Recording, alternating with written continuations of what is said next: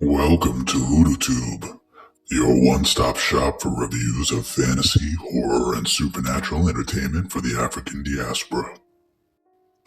One of the most prominent fantasy and horror TV shows in recent memory is The Chilling Adventures of Sabrina, which released 4 seasons from 2018 to 2020.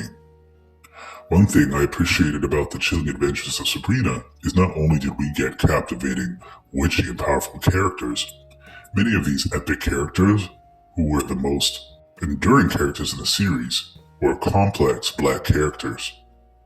Black fans of horror, especially stories about magic and witchcraft, feel underrepresented in the genre. But The Chilling Adventures of Sabrina gave us several black characters with action-packed storylines. For those who don't know, The Chilling Adventures of Sabrina is the live-action retelling of the popular Archie comic book character, Sabrina the Teenage Witch.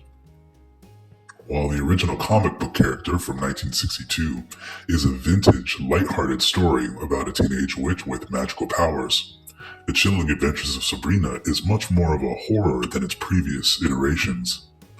One of the most popular renditions of this story is Sabrina the Teenage Witch, a popular 90s TV show, which was a sitcom that made a lot of us laugh. But The Chilling Adventures of Sabrina is the darkest and scariest version of this character's story.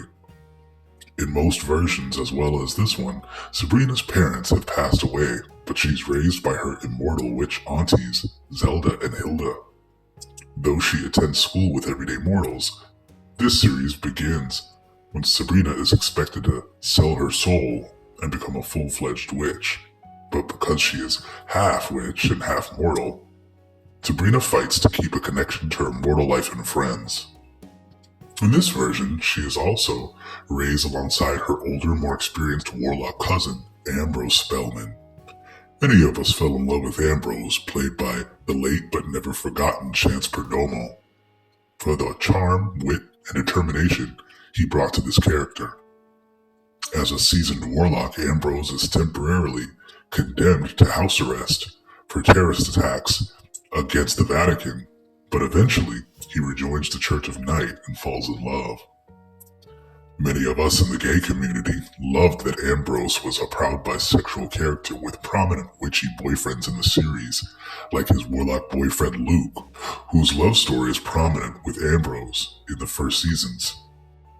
But towards the end of the series, Ambrose actually ends up with Prudence Blackwood, another epic and captivating black witch in the series.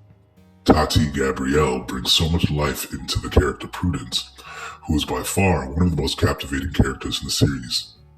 Prudence tends to play the role of Sabrina's rival, as Sabrina joins the Witch Academy, and Prudence relishes in hazing Sabrina as she adjusts to going to school for witches instead of her human school with her mortal friends. Prudence judges Sabrina for her half-witch status and is incredibly loyal to the Church of Night, but over time, like Sabrina, she begins to question the Church of Night's leadership for their misogynistic views in their bids to control the witches. Some of the best episodes in the series is when Prudence realizes that though she has grown up in an orphanage with her weird sisters, her biological father is actually the powerful leader of the Church of Night, Father Blackwood.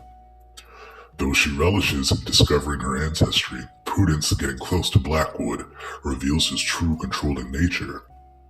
Even when she helps to care for the twins, her new little brother and sister, she learns she must protect herself and her siblings from her father's quest for dominance. Prudence had a lot of epic scenes in the series and is one of the fiercest and most captivating witches in TV history. Sabrina's best friend Roz is presumably a human who initially embraces finding out that her best friend is a witch, but when she mysteriously begins to lose her eyesight, as well as gain the gift of clairvoyance, she begins to question and become weary of the magical world. I love Roz's bubbly, loving persona in this series, and though she does question her best friend Sabrina's intentions, even she learns and realizes there's more to magic than evil. How can Roz judge Sabrina for being a witch when she herself receives premonitions of the future that come true? In the first season of the series, Roz discovers she has visions just like her grandmother, who was gone blind. What her grandmother calls the cunning is a heritage of seeing visions that other women in the family has also experienced in the past. Throughout the series, these visions help protect Roz's friends and loved ones from danger. But later on, Roz discovers there is more to the cunning in her visions, and that Roz has a magical ancestry similar to her own best friend Sabrina. Even voodoo makes a prominent appearance in this series when Sabrina's coven encounters a powerful rogue voodoo practitioner named Marie Lafleur, who helps Ambrose and Prudence fight the conniving and sinister leader of the Church of Night. Not only does Marie teach Ambrose and Prudence voodoo, she joins the coven and brings her voodoo powers in support of the witch coven. It was also very interesting to see Marie have a heated affair with Sabrina's aunt Zelda, who eventually discovers that Marie has another form as the male voodoo Loa named Baroness MD. The chilling adventures of Sabrina brought us some interesting black witches and magical storylines that will go down as some of the most interesting black fantasy and horror characters of the 21st century.